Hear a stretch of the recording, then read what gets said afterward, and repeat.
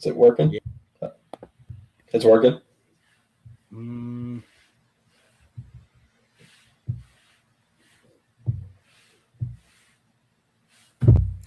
Yes, it is.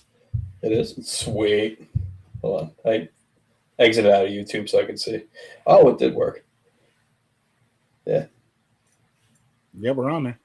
Yeah. Awesome. All right. Well, welcome everybody to episode 9 of the Dollar Bets podcast. We finally made it. We are live exclusively on YouTube. It took us 5 minutes. We tried to do this 3 or 4 times. I think I changed my shirt 3 times, but we're looking pretty good from what I'm looking at over here. I'm watching myself, my fat bastard ass, and Kevin, how you doing, buddy? We finally made it. Yeah, man. It's a long time coming.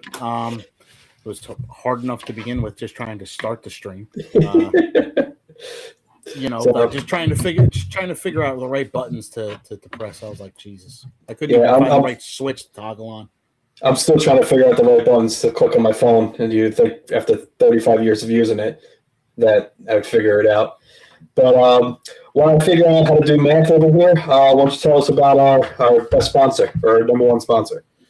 Yeah, let me tell you about our friends over here at Pins and Aces. If you're serious about leveling up your golf game, not just how you play, but how you look doing it, you got to check out Pins and Aces. They're a premium golf brand making apparel, bags, and accessories that actually stand out. We're talking high-quality polos with clean, bold designs, plus the best-looking head covers and gear in the game. It's kind of the stuff that performs on the course, but also keeps people going where you got it. Whether you're teeing up for a casual weekend round or showing up for the big outing, Pins and Aces has you covered with gear that's built to perform and turn heads. And they make it easy, too. Same-day shipping. On orders $70 or more, and you'll even get a free ball marker when you spend $50 or more. Now, here's the best part. We got an exclusive deal for you. Head on over to pinsandaces.com and use the promo code DOLLARBET to get 21% off your next order. That's DOLLARBET for 21% off at Pins Aces. Look good, play better, enjoy the game, and let them know DollarBet sent you. I swear the reading gets better every single time. Don't even care. It's gonna get to the point where you're gonna be like Stevie Wonder and just read it and be perfect. So yeah, I'll just figure it out offhand. So a little bit about Pins and Aces. I am wearing the sweatshirt that they ordered to me. Very, very performance type shirt. The hood is probably my favorite part about this. I want to say I cannot wait to buy more stuff for golf coming up. We got a couple of weeks before weather really gets better. And once that happens, I'm going to be decked out in all Pins and Aces. That's for sure. Yeah, it looks good, buddy. I mean, I would show you mine, but it's in my golf bag right now. So yeah. I got a nice head cover with a rat, and then I got a coin, but it's gold and it has a D on it. It's for Dogecoin, but it's a Dollar Bets coin. So yeah, Dollar Bets coin. Order the coin with the D on it. Dollar Bets. So, well, my friend, it's been an interesting betting week for sure. Ups and downs, conference tournaments that make us want to pull our hair out. And it's getting to the point right now where I want to rip my eyes out. I've been the worst gambler the past 2 days. If you fade me, you're making money. Mm-hmm.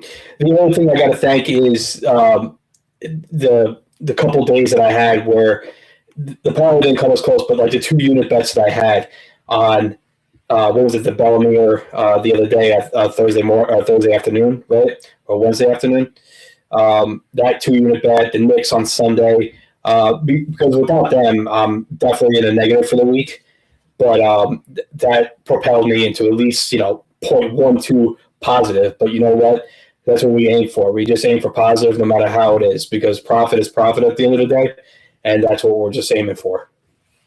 Well, I'm just trying to I think my Bama nuclear max play kind of helped me not be terribly under in units wise with the 5 unit max play.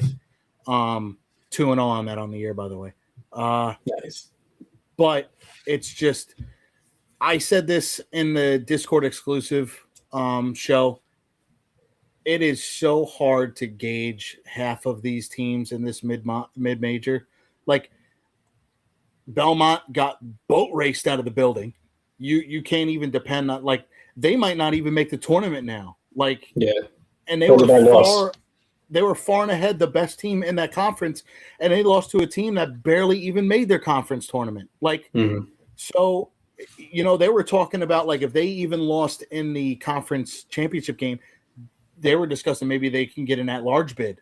That's how good they've been playing. Because, to be honest with you, I do not want to see Auburn, New Mexico, Virginia Tech. I'd rather see some of these mid-major teams make it over them, to be honest with you. Auburn pisses me off. The fact that Auburn is still getting talked about for weeks now is just, like, it's nauseating. There's a projection out right now, and for the 4 seeds, 3 of them are from the SEC. Like, you got Kentucky as like a 7 seed, and they're like 19 and 11. Like, the mediocrity that is in the SEC will get exposed. But there are a couple really good teams, though, in the SEC that are playing very good as of late. Georgia has been playing very good. They're, I think, top 5 in the nation in scoring. They just beat Alabama. Granted, it was on their home court.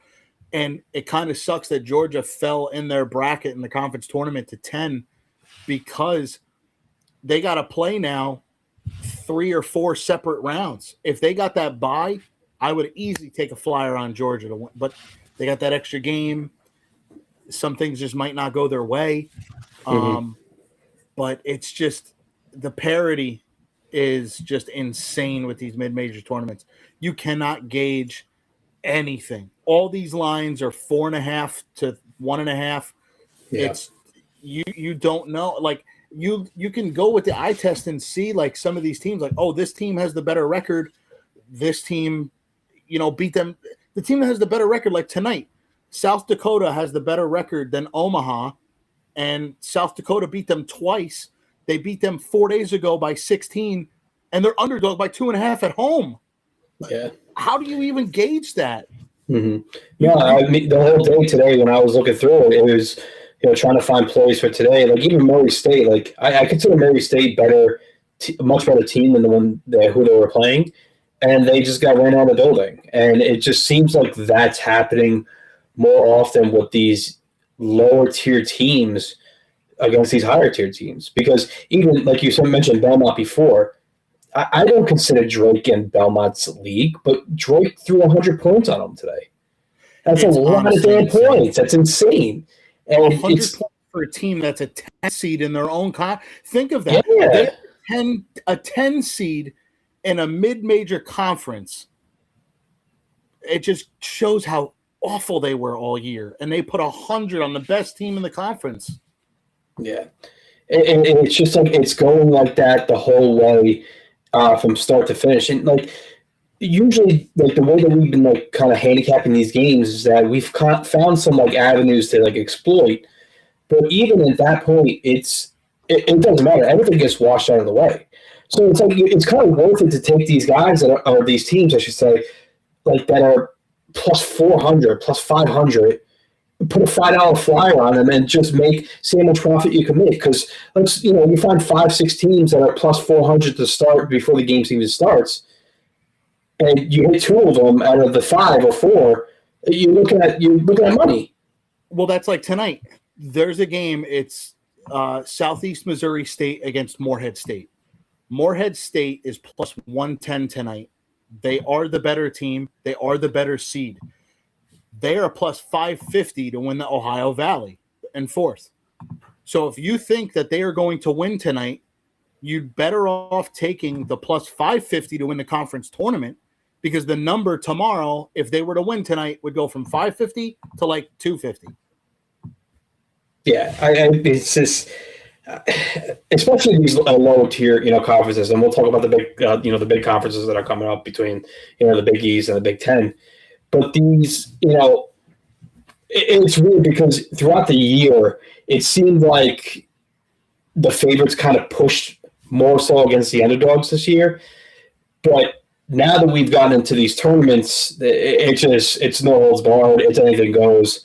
These guys are, they're finding 3 or 4 different guys that are hitting through. I mean, the other night, I think I forgot what game I was watching. The guy is a 40% three-point shooter and a 22% field goal shooter, which means this guy can't do anything but shoot threes. Yeah. And the teams are just leaving him wide open. It's like they never even heard of the kid. And it's like these 12C teams, like you said, the 12 and 9, the 12 and 9s, the 10s, the 11s, that are just like, all right, you know what, just wing it. Like they're just telling these kids, just chuck it. And it's, college, the worst thing in the world, especially when they're betting on the game, is watching these kids chuck it from half court and all of them going. That's the worst thing in the world.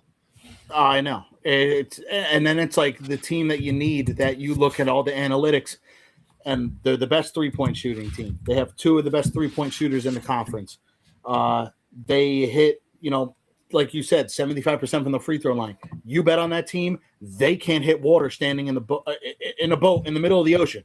Like you just cannot win half the time, and especially with these kids, like make your free throws. Make your free throws. You've been playing basketball. You've been playing basketball your whole life. It is the easiest shot to make. Make your free throws.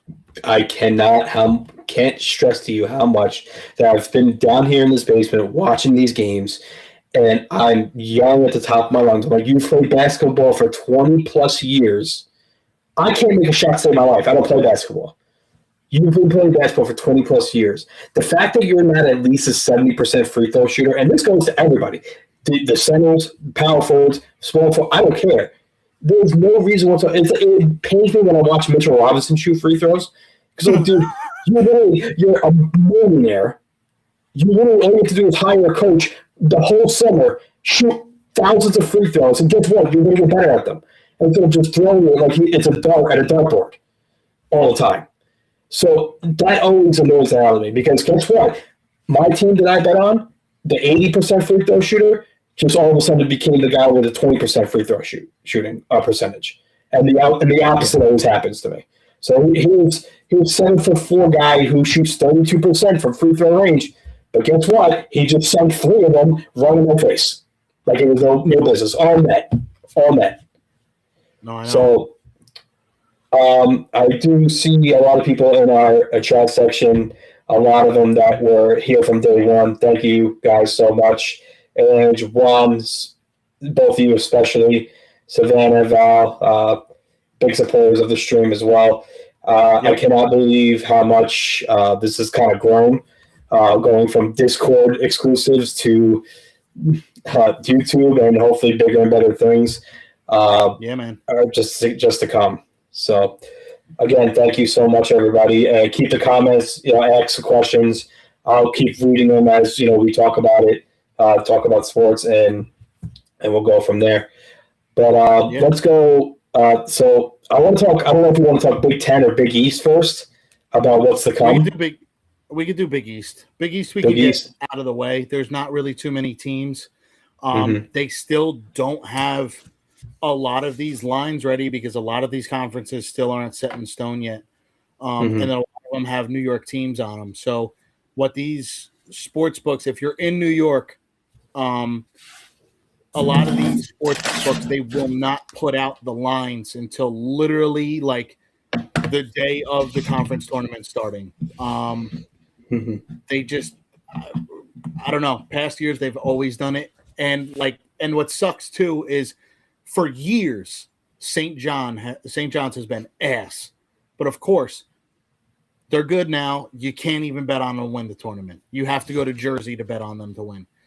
So, to be honest, if I was going to take any flyer, I don't think UConn's losing at all. Yeah. But if I were to take any team, it'd probably be Villanova. Just because Villanova right now has been playing sneaky good. Yes, I was actually going to mention them because there's been a couple of times, like you said, there's only a couple of teams I think that could really win it. And looking at the standings, I mean Georgetown is horrendous, Marquette's horrendous, Providence is horrendous. Creighton, I guess, because they always get those 3-point games that they always shoot amazingly out from behind the line. But even that, I don't think they're even towards that what we used to saw with like Doug McDermott and all that. No, It's not they even don't have close to those that. same team. They don't have those same teams this year. It's Yeah. honestly, it's a 3-team league. Seton Hall is pushing it. I don't want to see Seton Paul at all. But it's just, honestly, it's either UConn, St. John's, or Villanova. I'd be shocked if anybody else wins. But I think UConn right now has the most to play for. It's just, if UConn wins outright, they're set in stone the number 1 seed in the tournament. If they trip up anywhere, then Florida will be the number 1 seed in the tournament. The only reason why UConn will get the edge over them is because UConn beat them way back in December. So they have the head-to-head on a neutral site. And I think UConn has, I want to say, a better quad 1, quad 2. I think quad 2, they're 9-0. And quad 1, they're like 8-3. So, and like Florida's like 11-5 in quad 1. So they have like 7 or 6 or 5 or 6 more quad 1, 2 wins than Florida does. So that gives them the edge on that. So I think UConn has more on stake. They're probably going to be heavily favored to win this conference tournament anyway. So if you want value, the value play is going to be Villanova if you live in New York. But if you don't live in New York, just throw a flyer on St. John's. Yeah, I was just looking at see if I could find the odds. I don't think they really have them out yet, at least not on DraftKings, unless I'm looking at the wrong thing. But I want to say, I think John Rothstein on Twitter, I think he posted a few days ago the Big East lines. I'll try to see if I can pull them up if you want to keep talking. Okay. So, yeah, I think I definitely really in agreement with you. I've been watching Villanova for the last week or so, and seeing how they're playing. They're really stepping up back to not obviously close to those Nova days where they won the championship, but giving them a little bit more respect. I think they're 23-7 throughout the whole year, or let me see here. Yeah, they're 23-7 throughout the whole year. I don't think I remember the last time they were 23-7 like that high. Maybe until a couple years ago when they won the championship, but I definitely am with you and taking them as a flyer. UConn's probably, if I had to guess, probably minus 300, minus 400 to win, because you're going to get the St. John boost. As much as you can't bet in New York, like there are people in Jersey, Connecticut, you're going to get the St. John, or maybe not Connecticut because UConn plays there, but Jersey, Pennsylvania for sure. St. John's will probably, the most money I think will be on St. John's. And that's where I think more value comes in at Nova, where you could take instead of a full unit on St. John's, you could put it on Villanova for half a unit and make out almost with the same price. So I think, Seton Hall doesn't really stand a chance. DePaul, no. It's UConn's to lose. And the one thing Villanova has done is that they've won a lot of games on the road too. They've actually lost more games at home, or I think they're tied at least, than on the road. So it's good road chemistry for your team, and maybe they pull off an upset or two. But I think the way the bracket needs to shake out is that they only have to play UConn or St. John once, because I think if they play both of them, they're not going to be able to win that. So they kind of have to skate by to get to that number 1 spot to play, or maybe not the number 1 spot, but skate by against the teams that they play, so that they only play UConn or St. John once and not both of them. Yeah. So I couldn't find I don't think he posted. I think it was for another conference, but on team rankings right now, if you go down and you go down to conferences, it'll give you percentages on making the quarterfinal, semifinal, conference championship, and then the winning. Right now, they have UConn 47% to win, and they have St. John's at 33%, and then Nova's 10%. Everybody else is 3% or lower. So it's those 3 teams.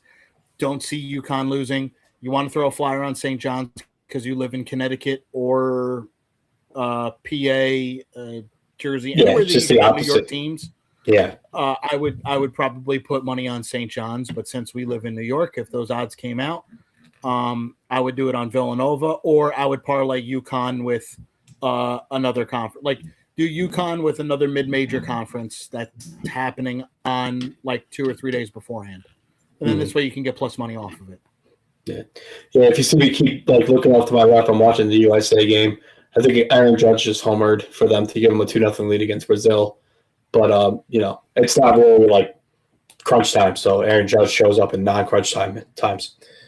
Before we go into anything else, can I just talk about one big fumble from Fanatics with the World Baseball Classic? Yeah, go for it, because I know what you're talking about, and it pisses me off too. The fact that you cannot buy a jersey for USA and it be here on time is fucking ridiculous. Dude, you knew about this event 3 years ago, and then now you want to I want to get an Aaron Judge USA jersey. Yeah. No, it's not going to be here until like April 19th. The fuck? What are we doing? Whoever is running that department should be fired. Yeah. Fired for negligence. Fanatics has taken a big, sharp downturn the last couple of years, and it all started with honestly the NHL jerseys when they switched over to them, and they were saying how bad it was. And then terrible. Yeah, and then MLB and NFL were like, "Hey, we know how bad they are. Let's make a quick buck, and don't have to worry about spending a bunch of money on fabric or whatever the hell it is to make these jerseys look great." And ever since then, it's just been, geez, God, it's all brutal, and I can't understand it. But you know what? They make the quick buck, and making the quick buck like that is really kind of just that's all they care about. They don't care about the fabric anymore. They know that people are going to buy. Fanatics is known. They have a whole sports book for themselves. So Fanatics is known. So it's honestly crazy how it's going to be it's unbelievable. But I'm looking at the comments. George, who's winning, the Lakers or Pacers today? Take the under, because I have no idea. Take the under. Yeah, I said that in my head. I looked at that comment like 3 minutes ago, and he goes, "Who's winning?" I'm like, "Under." Just take the under. Yeah. And Brown goes, talk about the Soto misplay if you're going to slam Judge. Well, I would talk slack about Soto, but he has a World Series ring, unlike Judge. Anyway, so, and he's going to have two of them soon, one of them with the Mets. So, back to the conference tournament. Before we get back to the conference tournament, I want to talk to you about one of the best energy drinks in the game. I want to talk to you about Aspire Energy. If you want a clean energy boost without the crash, check out AspireDrinks.com. Aspire gives you 80 milligrams of natural caffeine, about half most of energy drinks. So you get smooth, steady energy with no jitters and no crash. It's sourced from green tea and guarana, plus it's zero sugar, 0 calories, and packed with vitamins B and C. It's lightly carbonated, tastes great with flavors like mango lemonade and raspberry IKEA. I have in front of me here the strawberry watermelon, probably my favorite flavor out of the same one. Fire. And it's perfect for the gym, work, or anytime you just need a boost. And we've got a great deal. Head on over to AspireDrinks.com and use code DOLLARBET. Get 20% off your order. That's DOLLARBET for 20% off at AspireDrinks.com. I gotta say, it's been a big hit. I've been got a couple cases, and they were bringing I was bringing them to work, and a lot of people love it. And let me tell you, it's a big hit. It's amazing. Very big hit. It's light. It's refreshing. It's carbonated water, but it has everything in there that an energy drink should have. Mm-hmm. I got one of, I think it's called like a fun pack or something like that. It's got like 6 different flavors or 4. Mixed berry, fruit punch, and strawberry watermelon. Knockout. Every flavor. Raspberry IKEA or something like that. I don't know the words. Words were never my strong point. So no. It's okay. George says, what is the best sport to do bets for? Honestly, it really depends on what sport that you like the most, I think personally, and you have the most knowledge of. So, because any conversation I've had with people is that they're like, I'm always like, I think football is the easiest. That's because I think I know football. I've watched football nonstop. I go deep dive into analytics and everything like that. And then I don't watch NBA at all unless it's the Knicks. And I'm like, I think the NBA is the hardest to bet on, especially the fact that nobody plays, which is the worst. Load management. Yeah. And I forgot what I got into in the. I'll go. Yeah, no, you go. No, it's like the load management that you're saying. It's just the game itself, and I put this a little bit on LeBron. He's made losing like okay, and that needs to stop. And it's like, oh, these kids, they put their body through. No one's saying that they don't put their body through a lot of crap.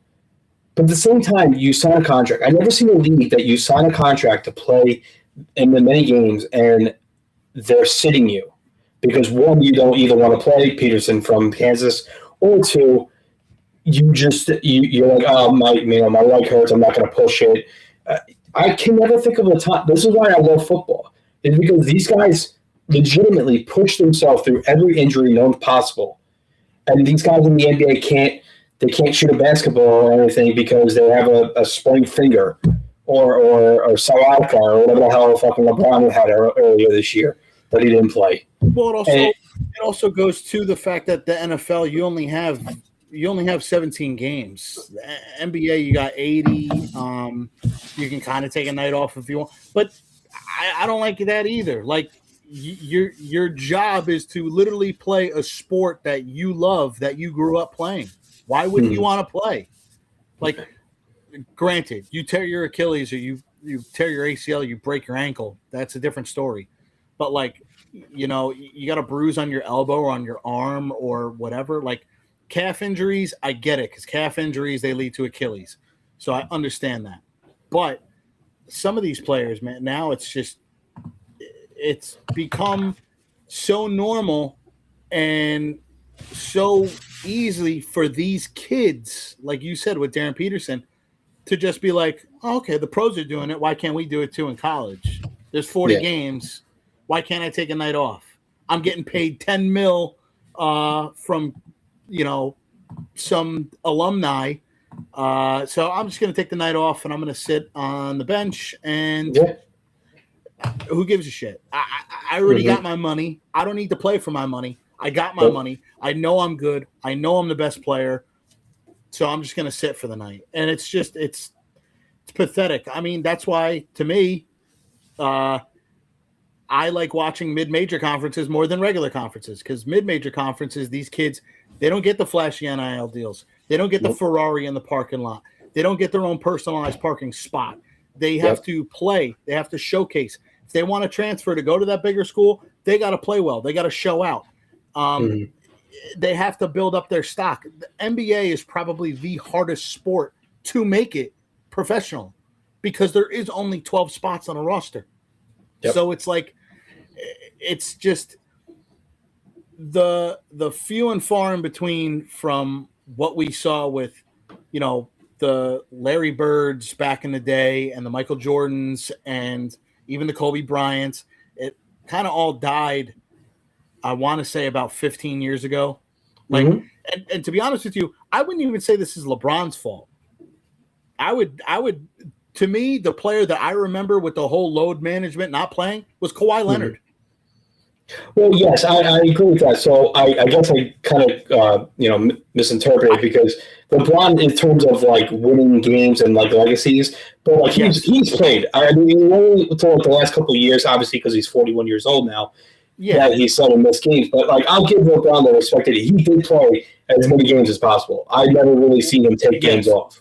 But you're right about Kawhi Leonard. But people to LeBron's caliber saw, oh shit, Kawhi's doing this. I could do it too now. He found a flaw in the system. So neither here or there. But George, just bet on what you know. You can take advice from me. You can take advice from James. James is very knowledgeable when it comes to football. Football's been one of my strong suits. I love college football. I love college basketball. I'll tell you flat out, I'm not good with, like James said, the NBA. I watch the Knicks. Knicks are my favorite team. We're in New York. We bleed New York for the most part. Hockey, I like playoff hockey. I can't really tell you on any given night who's going to win or lose. But it's just football is bread and butter, college football, college basketball. And then baseball, I can tell you there are a lot of fun bets. Like you got the Nerfies, you got the you got the strikeouts, props to get a base hit, doubles, whatever. You can find money anywhere in baseball. But it's hard. For me, I if I don't bet baseball or I don't bet basketball or hockey, I'll just go bet on whatever golf tournament's going on over the weekend. I pay more attention to golf than anything. Yeah, we'll definitely get more into, once basketball's like fully over, getting into, we'll have a master show. We love playing golf, so it's definitely up there. And to Kevin's point, like, we may not know the NBA, we not know the NHL like that to know exactly what specific team's going to win, but we do have our resources to go and find any kind of prop or anything that might make sense. Like, I've been trying out the threes for the NBA, and we've come close at least once or twice now with some big bangers. So I think it possibly could happen, but now as time seems to go down toward the end of the season, less guys are playing. So I don't know if I'll get back into it. But before we kind of move on to all the other sports and maybe the potential madness that's coming, let's run down the Big Ten conference tournament real quick. Yeah. And I can honestly say it's probably just going to be Michigan, but I think there are definitely some potential upsets that could be had. But I'll let you kind of rip it off first because this is your strong point. It's Michigan, and then a close second. Not even close second. It's kind of a distant second is Illinois. And then anybody from there, I can't see Michigan State, can't see Purdue. Nebraska is terrible. I'm telling you right now, clip this, mark this, put it in your notebook. Nebraska will be losing the first day in the tournament. They are not making it past. Whatever mid-major they are playing, they are getting bounced. They suck. They're awful. They're not good. They are a proprietary of what they played at the beginning of the year. They're not good now. Wisconsin is a scary team. Ohio State is a scary team. Ohio State right now is probably in that category of the bubble where, like, it'll say last four in, but they kind of cement themselves of already being in. They do play Indiana tomorrow. Indiana needs that game way more than Ohio State does.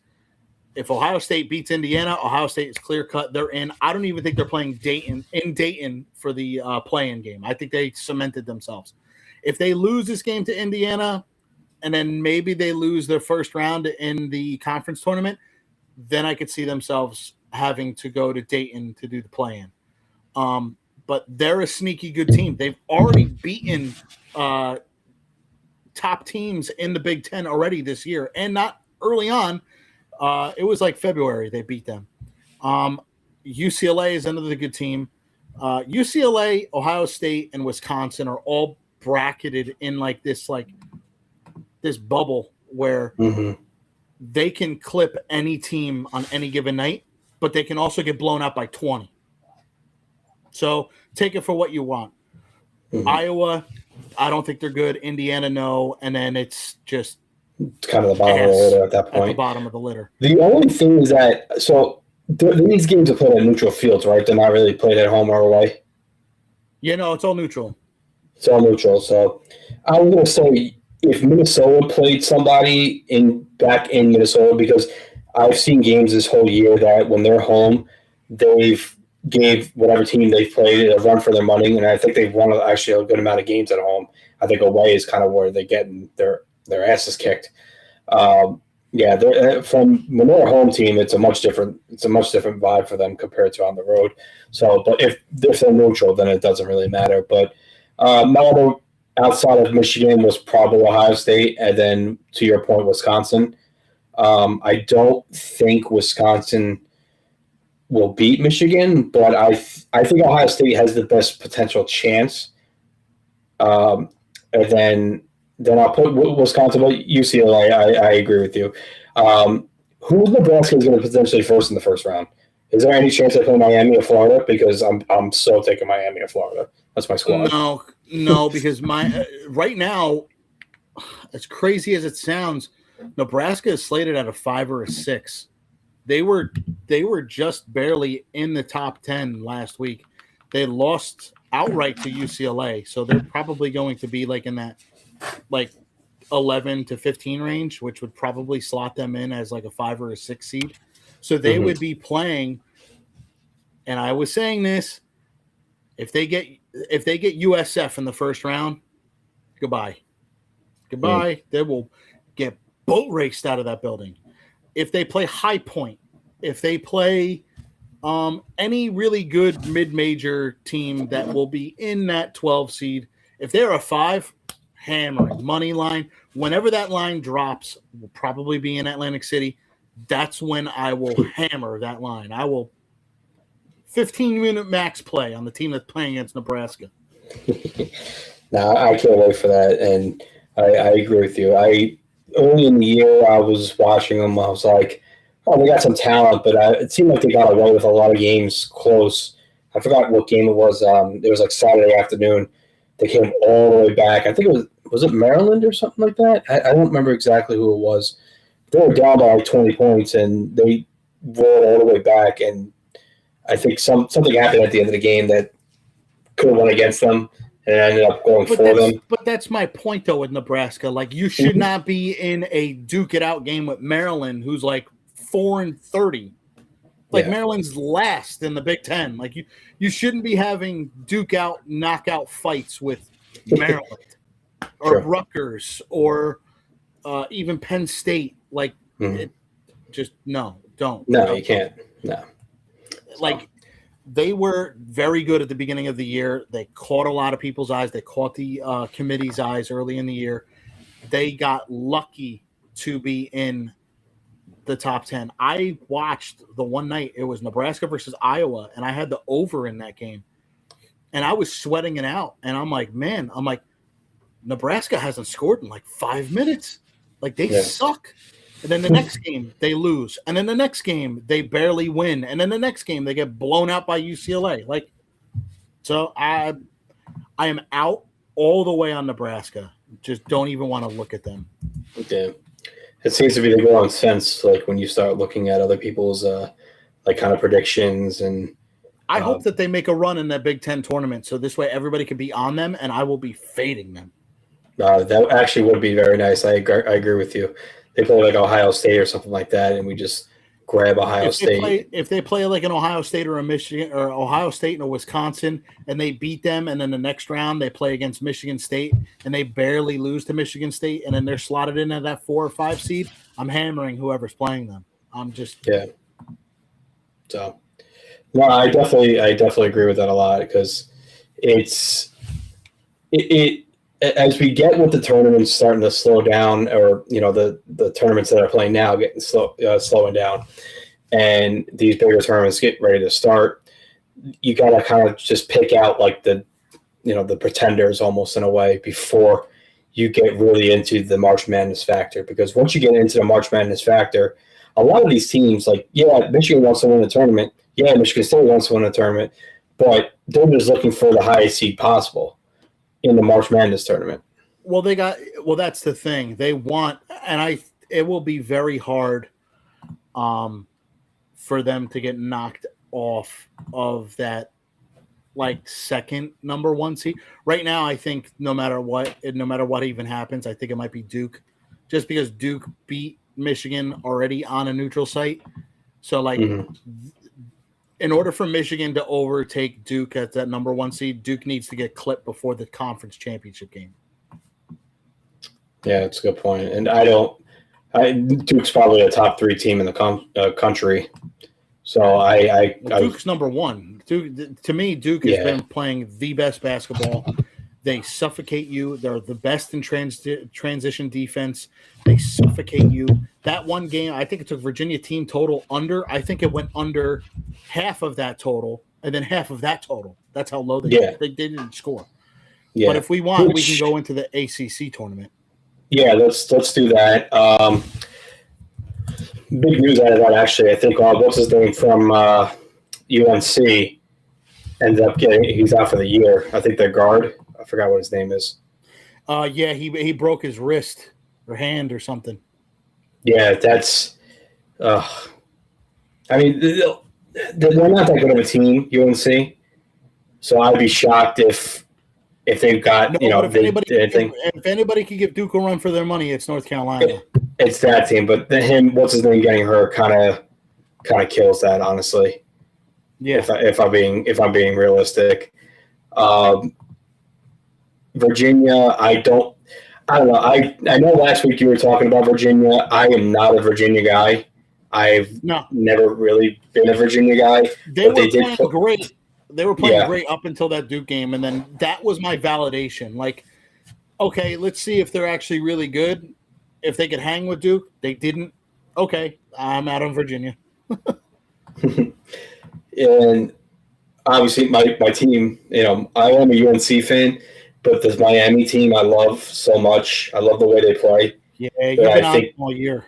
Yeah, so I that's going to be my flyer of if it's not Duke, it's going to be Miami. I think Miami's better than all these teams, probably outside of Duke. And so whatever those odds come out with, that's going to be my secondary play of like an upset because, man, what was it the other day they played against? Who did they play? I forgot now. Whoever they played, it just like it was an ornament. Oh, SMU. Like it wasn't even like a contest. I know the game got a little bit close towards the end, but that seemed like more of a we've won the game, kind of take your foot off the gas pedal, and they ended up getting closer than it really should be. But that's going to be my team. I don't think there's really anybody else.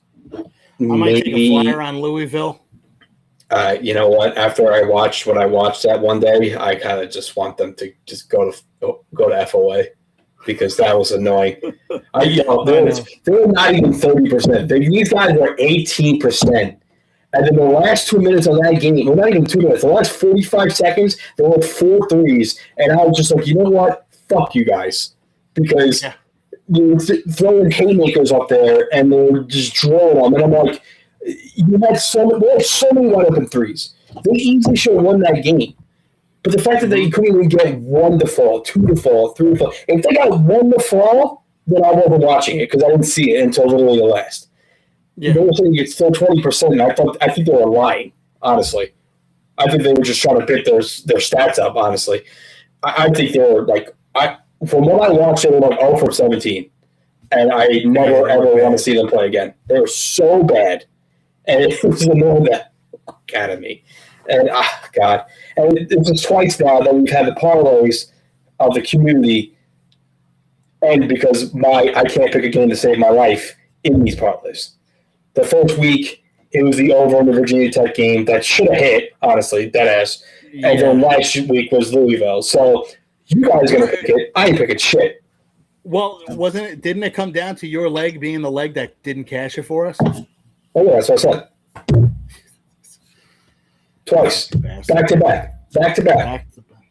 Yeah. The Virginia Tech Miami game at the time was on pace to crush that number. Oh, I know. That was I think I texted you that where I was like, what are we doing? Like, this should have been easy. Far and away easy. I couldn't believe it. It made me so mad. And God, I can't even think about it. But when we do that at the end of the parlay or at the end of the show, don't let me pick anything. Don't let me pick anything. You guys are going to pick it. No. Look for a game that you absolutely fucking hate and just give me a pick. Just give me a pick. All right. I will take the opposite. Got it. Cool. Yep. Let's get into Big 12. All right. Let's rock. Talk to me about it because I'm not prepared for this. Big 12 is honestly probably maybe tighter than the SEC tournament. Those are the two tournaments right now where I will be glued, locked when we get down to like the final 4 teams or final 8 teams or what have you. You have Arizona, you have Houston, you have Iowa State, you have Texas Tech, you have Kansas. Cincinnati right now has been a wagon. I'm telling you, if Indiana loses to Ohio State and Cincinnati makes a run in the Big 12, put Cincinnati over Auburn, over Virginia Tech, over New Mexico, and put Cincinnati into that last four in. I'd rather see Cincinnati over the four other teams that I just mentioned. BYU has fallen off of a cliff. I don't know what is going on with them. They have AJ DeBansa. He's the second best player in the league. I don't know what's going on with it. That's another team. If they get a really bad matchup in the first round, watch out. They have upset potential where they can be just as vulnerable as Nebraska can. But it's honestly, I would probably take Arizona. There's no other team that I think can stack up and beat them athletically. I've told you, giving you my thoughts on Houston. If Houston gets down early, they can't come back. If they're not playing a team called Colorado, they will score. They can only score against Colorado. Iowa State, they are the number one team in the nation scoring free throws. They get to the free throw line. That's all they do. You saw it firsthand in that Houston game when you were texting me. You were like, bro, it's like they have them in their back pocket, the refs. Like, oh, that was so bad. The officiating, no matter what the sport is, whether it be NBA or college, for fouls, I just don't like. There's no consistency, and you can say the same thing about the NFL too, with pass interference and shit like that. But I feel like it's so blatantly more obvious in the NBA and college basketball in terms of the officiating than any other sport. It is so brutal that I gotta watch one guy literally go down the lane, get hacked twice, no call, and then the other guy runs all the way down the court, go for the layup, and the guy who's defending him with his arm straight up in the air, and they're calling a foul. I'm like, I don't understand this. The consistency is terrible. No, it's never been there. Like, it makes you not want to watch it, honestly. And college, I think, is better than the NBA. Obviously, I love the Knicks more, but it's definitely better than the NBA because these kids have something to play for, and it sucks when refs get involved. And you realize how gross college refs are compared to like NBA or NFL. Because, dude, I just every time I'm just sitting, I'm like, that's a foul. That's a foul. Guy gets punched in the face, no foul, and I'm like, all right, what are we doing here? Like, I understand it's hard to see, in real time, but it's not like you're far away. It's not like the NFL where you're halfway across the field and you can't see it. There's refs that are underneath the freaking rim and they see what's going on. And the fact that they can't call stuff right most of the time is brutal, really brutal. It ruins the game. Yep. But back to the tournament though, for the Big 12, this league goes all the way down to honestly, it's West Virginia, and they're ninth. Mm-hmm. West Virginia has beaten in the past week. They beat BYU. They beat them outright. Mm-hmm. They beat one of the hottest teams in the Big 12 twice this season, Cincinnati already. They beat Kansas early in the year. When you look at Cincinnati has won 6 out of their last 7. They beat BYU. That's another common trend you'll hear. Team beat BYU. They beat Kansas 2 weeks ago. They beat UCF, who's a sneaky good team in the Big 12. So it's just they beat Iowa State earlier on in the year, Cincinnati. UCF is another one of those teams. Oh, shocker. They beat BYU also. They beat TCU, who has been predominantly good in the Big 12. TCU, remember what I said to you before about the Big 10 with Wisconsin, UCLA, and Ohio State? Big 12, it's TCU, UCF, Cincy, and West Virginia. Those are the 4 teams. Any given night, they can clip anybody. They could also lose by 30. So take it for what it's worth. Now, when you go to BYU schedule and you look, shocker, they lost 3 in a row. Cincinnati, West Virginia, UCF, the 3 teams I just said. And they also got beaten by Arizona, but the thing that saves them is the other night they beat Iowa State. So that goes back to my thing. But before that, though, like they've won 3 games. BYU's won 3 games in the month of February. 4. I take that back. They beat Iowa State, Colorado, Baylor. Oh, no, it is 3. They lost to Houston, Oklahoma State, Arizona, UCF, West Virginia, Cincinnati. They should all teams. It's all teams that are just bigger than them, I think. They're bigger than them. They play. Yeah. Well, it's not really so much of like because AJ DeBanza, he's a dog, but he's really the only guy that they have. But when you have a lot of these teams that are in the Big 12 that can swing it, that can move, that can shoot threes, that can put problems on you in the post, when you have a team like UCF, TCU, Cincinnati, they have a lot of big guys. They got a lot of big men down in the post. AJ's only one guy. You got one guy and a bunch of Mormons. You're not going to win. It's just not going to work. Yeah, it never does. But if you want to fly like a long shot, and I mean like prayer, I had one of these 5 or 6 years ago, back when there was the Pac-12, RIP, Oregon State. I heard Big Ev from Barstool Sports. He put out Oregon State, and I was like, whatever, I'll ride with him. He was like, Oregon State, and it's similar to Cincinnati. Oregon State, they won their last 2 games, and they won 5 out of their last 7. And he was like, I'm going to throw a flyer on, and Oregon State ran the table, and they won the Pac-12.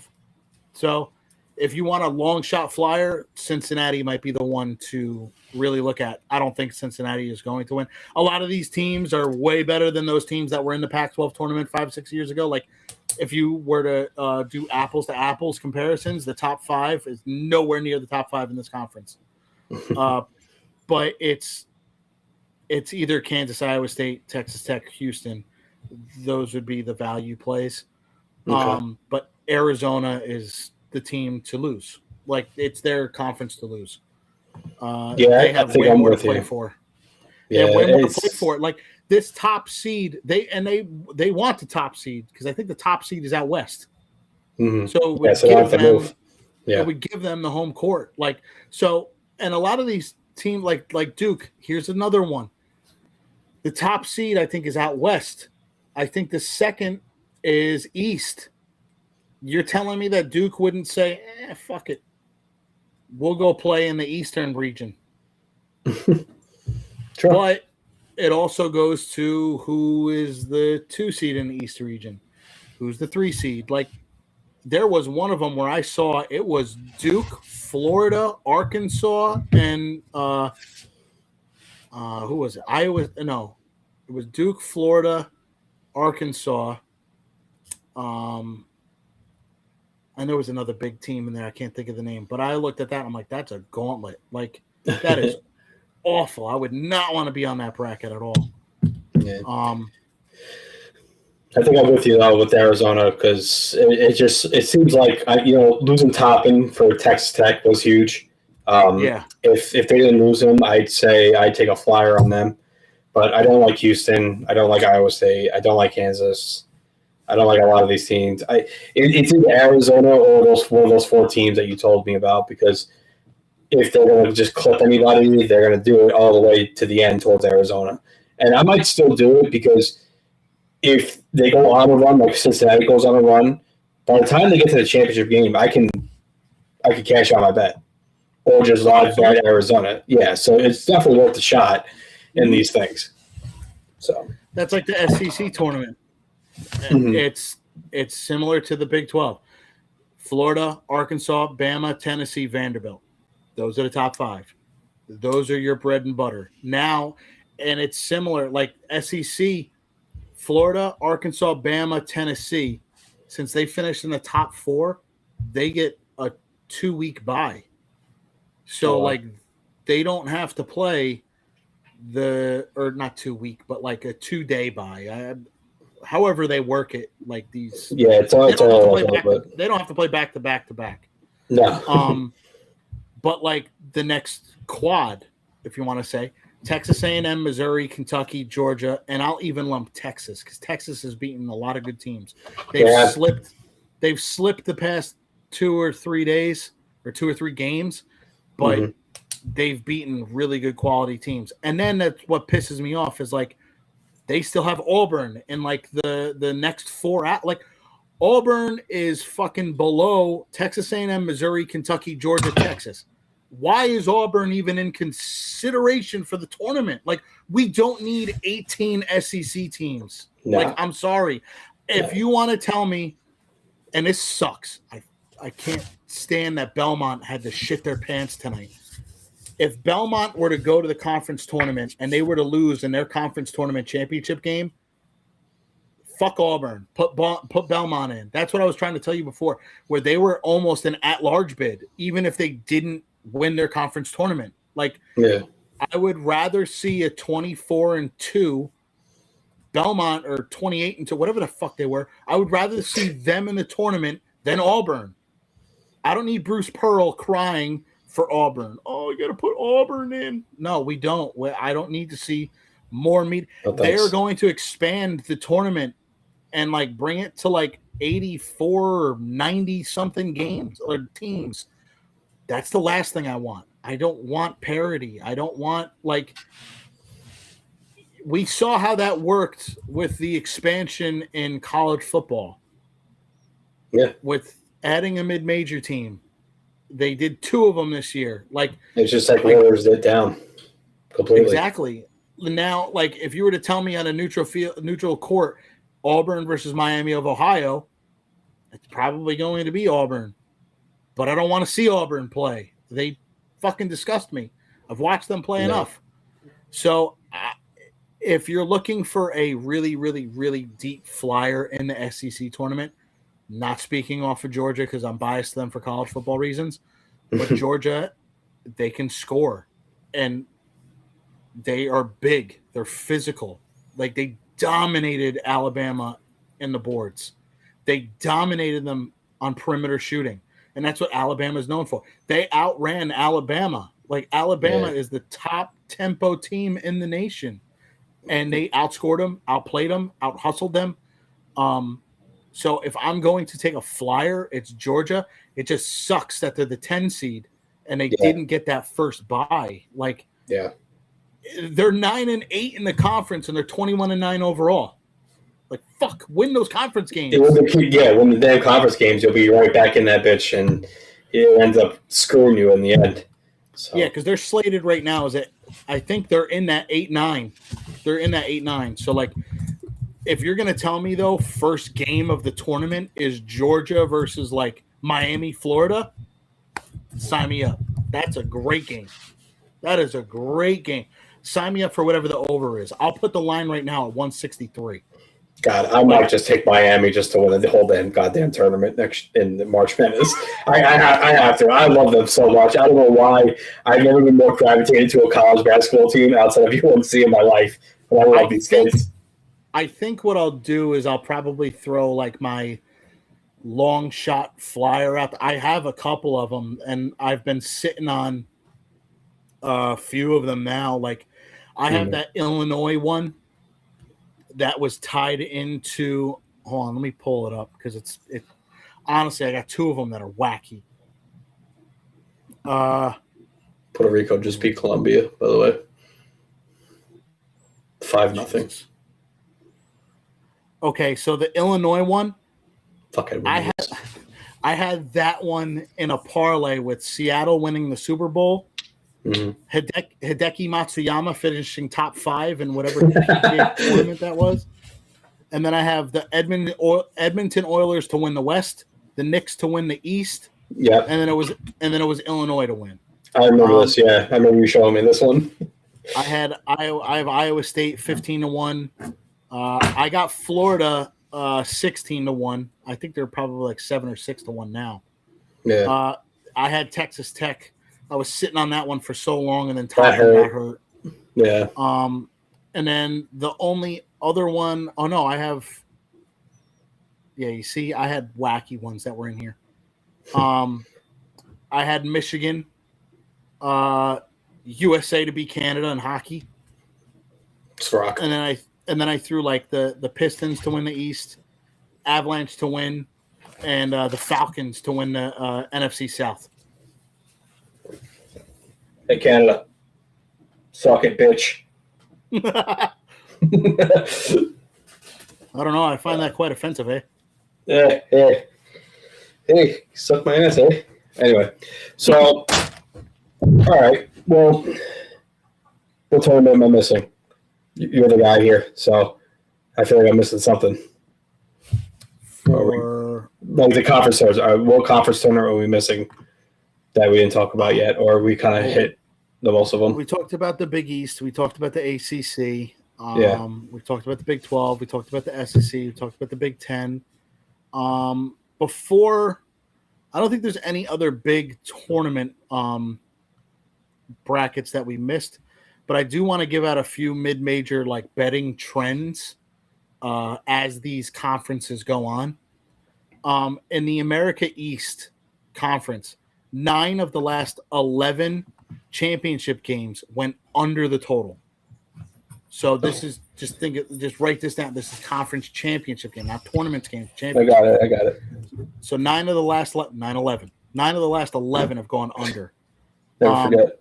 In the Big Sky, single-digit favorites are 59-18 straight up, and they're 49-27-1 against the spread. And this is a run that's been going back since 2015.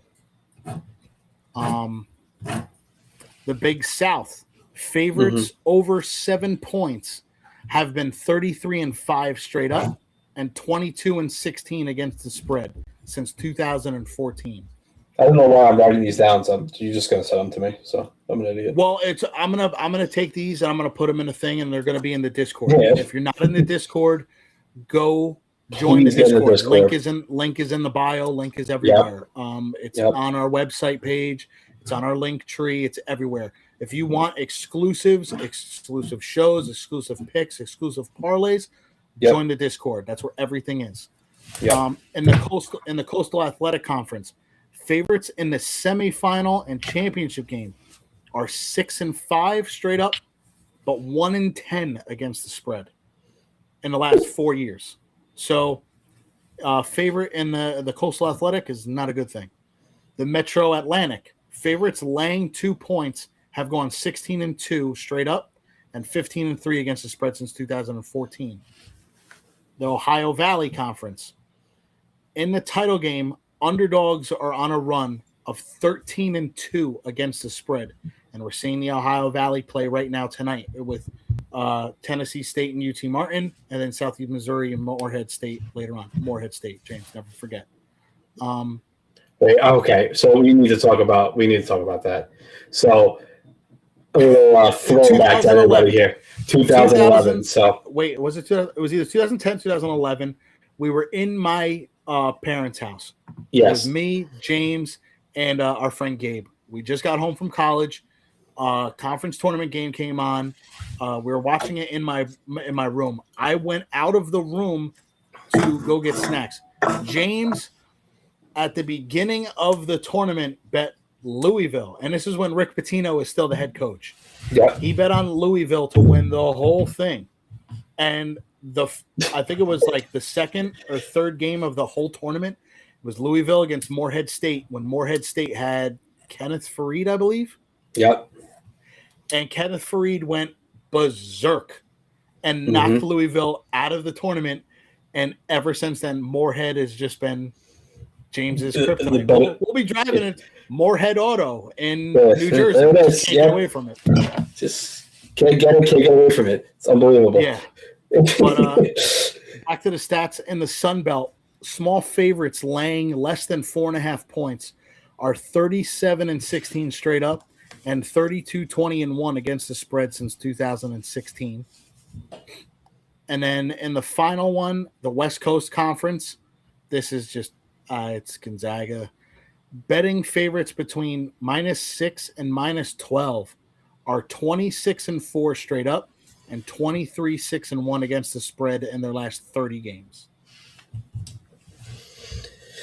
Yeah, send me those because I'm never going to remember. I'm going to make them into a spreadsheet. They will be in the Discord. I'm going to put them in there. And then next week when we do our next show, I've got a cool little trendy segment for the tournament. Sweet. Depending on what teams are still in it. Like, hopefully that these players that I'm going to say are still going to be playing in the tournament. So hopefully it works out that way.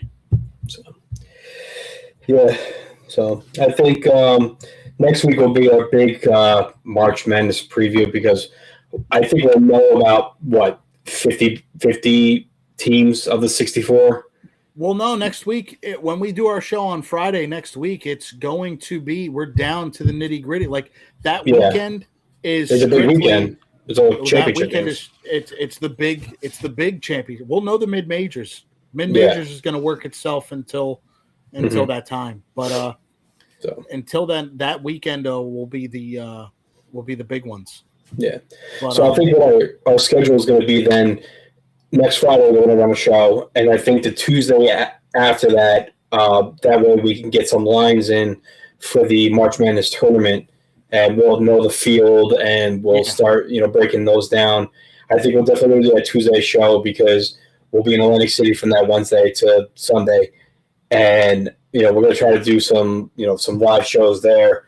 So be on the lookout for those. I really want to kind of have like a full episode devoted for just March Madness because, you're more knowledgeable in terms of, college basketball.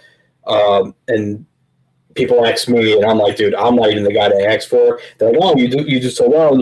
I'm still not the guy to ask. It's still Kevin. But I think I've kind of realized how this is kind of play out a little bit that, there's some tournaments where I've had a great tournament. And there's been a lot of tournaments where I've been, asked. But if there's one thing, whoever Ange picks to win the tournament, that's who you pick because for some reason she's won the bracket challenge for the last 2 years in a row, just nailing every pick, and it's been unbelievable. So I'm Ames, throw your pick in the chat next week when the lines come out. So yes, yeah. But tomorrow, you wake up. You like to go out, and whether you want to go somewhere to get coffee or you want to make a cup of coffee, I want to tell you about our friends over at Strong Coffee Company. If you're looking to upgrade your coffee and actually get more out of it, check out strongcoffeecompany.com. This isn't your average cup of coffee. Strong Coffee combines organic coffee with 15 grams of protein, 5 grams of MCTs, and adaptogens like ashwagandha and L-theanine to give you a clean, focused energy without the jitters or crash. It's designed to boost mental clarity, productivity, and sustained energy while still tasting just as good, if not better, than your normal coffee. We've also got lattes packed with collagen, healthy fats, and nutrients that actually support your body while you drink it. So whether you're starting your day or need that midday reset, this is the smarter, healthier way to get your coffee in. Head on over to strongcoffeecompany.com and use the promo code DOLLARBET to get 20% off your order. That's DOLLARBET for 20% off at strongcoffeecompany.com. CAWFEE. Coffee. So big shout out again to our 3 sponsor, Aspire Drinks, Strong Coffee, and Pins and Aces. Thank you again for everything and setting us up. Everything that you guys buy from them helps out Dollar Bets. It goes right back in, and it goes right back in, it goes right back out to you guys. So the more that you spend and use your promo code, more comes back to us, and the more we give back to you. So it's a full 360 circle. Yeah. So what I think we're going to do actually, and I think, we kind of said it last week or the week before that we'll have a Dollar Bets, tournament challenge. Everybody who's in the Discord, anybody who watches the show can join in on it. We'll make it like, $10 or something like that, or even just a little bit more as like a thank you. So whoever wins it, we'll do a little giveaway to them as a thank you. Yeah, we'll run it through like ESPN or something. I think they have the normal stuff where people know. Yep. And then also... we'll do that dollar bets ESPN bracket challenge. James will set that up, and he'll get all the information out, and we'll put it over in the Discord. And we'll do like a fee, $10-$15, and everybody that does it will do whatever. And tell your friends they want to do it too, and we get them in. The more people, the better. And then whoever wins, it goes right back to them. Yep, it goes right back to them. And if one of us wins, then me or Kevin, then we'll give back more so to you guys and more than anything as a thank you. So before we get out of here completely, there's been a lot of NFL news this past week with franchise tags, with releases, with trades. The biggest trade of them all is the DJ Moore trade that happened, and also the Trent McDuffie trade to the Rams. I don't think that's getting really talked about enough, how good that is. I kind of saw it, though, because I didn't think that Kansas City was going to pay for him anyway. But it just solidifies the Rams, they need that. Like, they realized that JSN killed them. They needed to solidify that secondary. Chris Shula had a lot of holes. So I think it's a great fit for them. Buffalo. It's that meme of the old guy that's wearing the red button-down tee and holding the new red button-down tee on Christmas. Here you go, Josh Allen. You got yourself another gadget receiver. Is it going to work? I don't think so. But we'll see how it goes. I'm a little bit not against that kind of theory with it, but I think DJ Moore is better than what he has had and a better deep threat. Well, you can't rely on Khalil Shakir to be your number one. No, it's terrible. It's terrible. And if anything, this makes him better because he'll see less of that nonsense. But DJ Moore, I think, really does take the top off. They need another guy. They still need another guy to kind of just make them, not unstoppable because no one's unstoppable, but like insanely hard to guard against.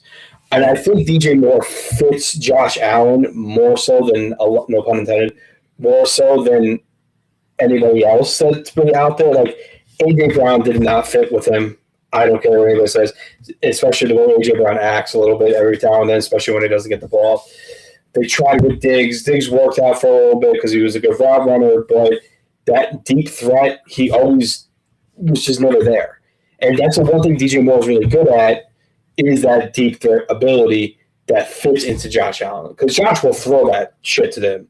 No problem. Well, then it'll also help out Shakir too now, because Shakir's not going to be labeled as that number one guy. Like Keon Coleman, let's face it, the dude can't play. He's just he's not good. He can't. So we'll see how it turns out.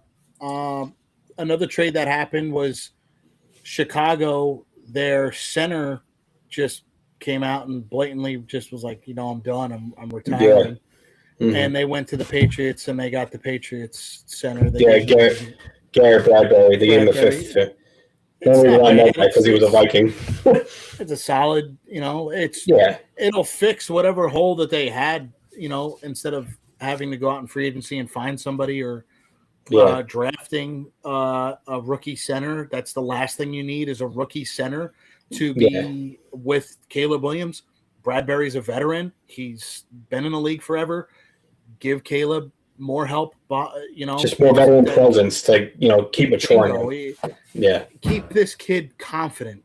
He's got his confidence. Let's keep him confident. Exactly. And then that's really it. I don't know what is going to make of the whole Tua saga. I don't know where he's going. I don't know where Kyler Murray's going, because the Cardinals are blatantly. I know where he's going. He's I don't know. He's going to Minnesota.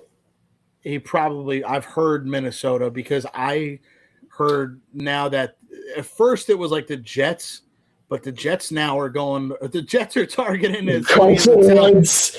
They're Carson Wentz, Geno Smith, and somebody else that Frank Reich loves. So I'll put this way: if I swear to God, if the Vikings get Geno Smith, I'm not watching next year. I saw that the whole time, and they're like, you know what? He fits O'Connell's scheme better. than Kyler Murray. I would rather Kyler Murray if you're going to give me the I two. do not care that he fits his scheme. He is not a better quarterback than Kyler Murray. It's no. The guy sucks. He's over. He's done with. And they're like, oh, the J.J. McCarthy closes the door on him. No, J.J. McCarthy was bad.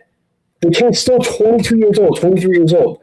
He can sit and watch what Kyler Murray does. If Kyler Murray comes out, and they're never going to because they're my team, but if he comes out and they win the Super Bowl this year, let's just say somehow, some way, no Viking fan and nobody in that Vikings organization is going to give a shit. They won the Super Bowl, and they're going to be like, all right, Kyler Murray's a franchise quarterback for the rest of his career. They don't give a shit, and it's all it should be. Yeah. So you bring in Kyler. Let's say you have a great year. You go 13-4, which probably not, but 13-4, 12-5. You win a playoff game. Okay, let's do it again. The same thing next year. If you can't get past that the second time around, guess what? You have McCarthy now sitting for 2 years plus, learning as much as possible from these guys. You're not getting better with Aaron Rodgers. You're not getting better with Geno Smith. You're not getting better with Carson Wentz. You're not getting better with J.J. McCarthy unless he legitimately takes a huge step, which no one seems he can. So why not go for the guy who's had success, even in the smallest amount? I mean, no Arizona team that he's been on has been a better team than the Viking has this year or the year before that. I think we can honestly say that. Yeah, I completely agree. I think you have to, if you're Minnesota, take a stab at Kyler Murray. He's still under 30. Believe it or not, there's a strong part of me that thinks that if he was in Minnesota's system, that Kevin O'Connell can probably get the best out of him, and that's saying a lot.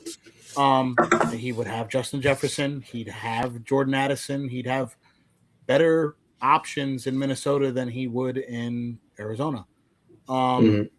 And that's another thing that scares me too, and what as a Viking fan. Bro, you throw out some slapdick quarterback this year, Justin Jefferson's going to want to get the hell out of there. Yeah, he's going to get gone. So why? So you're going to risk annoying your – he's already annoyed. Granted, last year I had my little, things I wanted to punch him in the face for because I was getting annoyed with him. But at the end of the day, I understood his frustration. So you're going to do that again with the Carson Wentz or Geno Smith, who never blames himself, by the way. Yeah. He always blames the other guy. He never blames himself. So you're going to bring that guy in? Mm-hmm. But come on. You got to do something that's showing to Justin Jefferson, hey, we're going to try our hardest no matter who the guy is. We don't care what development. Because if you're O'Connell and your thing is that you want to develop JJ, and it's either Murray or JJ. Or McCarthy. I'm not calling him JJ. It's either Kyler Murray or McCarthy. It cannot be Geno Smith or McCarthy. There's no point. There's no competition. Yeah. And you're not doing that to let McCarthy lose out to Geno Smith. Get the F out of here with that. No.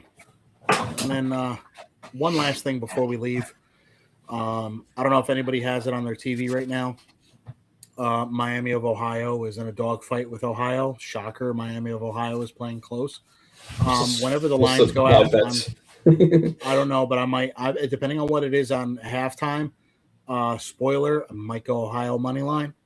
I'm taking Akron to win the MAC. I've been saying Akron now for the past 2 weeks. Max Crosby just got traded to the Ravens. Who? Max Crosby. Breaking news live on Dollar Bets. That's wow. Wow, what a breaking news for our first show. This is what happens when I mute my phone. I'm stupid as F. Wow, holy shit. What did they give up for him? Let's see. The Ravens agreed to trade Max Crosby to Baltimore Ravens in exchange for 2026 and 2027 first-round picks. So they just swapped. Well, no, there's 2 first-rounders. Okay. Okay. So Raiders agreed to trade Max Crosby to the Ravens for an exchange for 2026 and 2027 first-round picks. So they didn't swap. They traded 2 first-round picks for him. Yeah, and this is breaking per Ian Rappaport. Yep. Well, credit to Mark Davis for doing the right thing. He's He just been doesn't want to be there. That's crazy. Wow. Wow. Jesus. I can't wait for Lamar to cost him again. It's gonna be funny. Yeah, right. Uh, Wow, that's crazy. Deal will be official. They said the Cowboys were willing to offer a first and second round pick to the Raiders, but obviously the Raiders went with the 2 first rounders for the Ravens. And well, listen, a complete overhaul, and they needed to trade Max Crosby. He was useless there in Oakland or It's Vegas. like Myles Garrett. He's just dying in wherever the hell he is. Yeah, I mean that's a little bit about Garrett himself. I'm not gonna lie. True, he had a chance to get out. Mm-hmm. He had a chance to get out. He had a chance to really just kind of just move on, and he was like, you know what? I'll take the money. I mean, granted, listen, get your bag, bro. Get your bag. But at the same time, it's like you can't bitch about the team being ass, and you're the one that knows that they've been ass. Yeah, credit on Baltimore for getting Max Crosby, but still getting boat raced in the first round by Buffalo or something. Yeah, I can't wait for Josh Allen to beat them. It's gonna be hilarious. Yeah, fun. Jeez. All right. Wow. That's insane. Right when we're about to end the show, we get breaking news. Yeah, it happened apparently 10 minutes ago. Again, I didn't have my phone on mute this whole time like an idiot. Yeah. Hey, guys in the chat. Yo, Ange, Juan, what are we doing here? Yeah. You're supposed to walk in with this. Juan probably put it in the WhatsApp chat 10 minutes ago.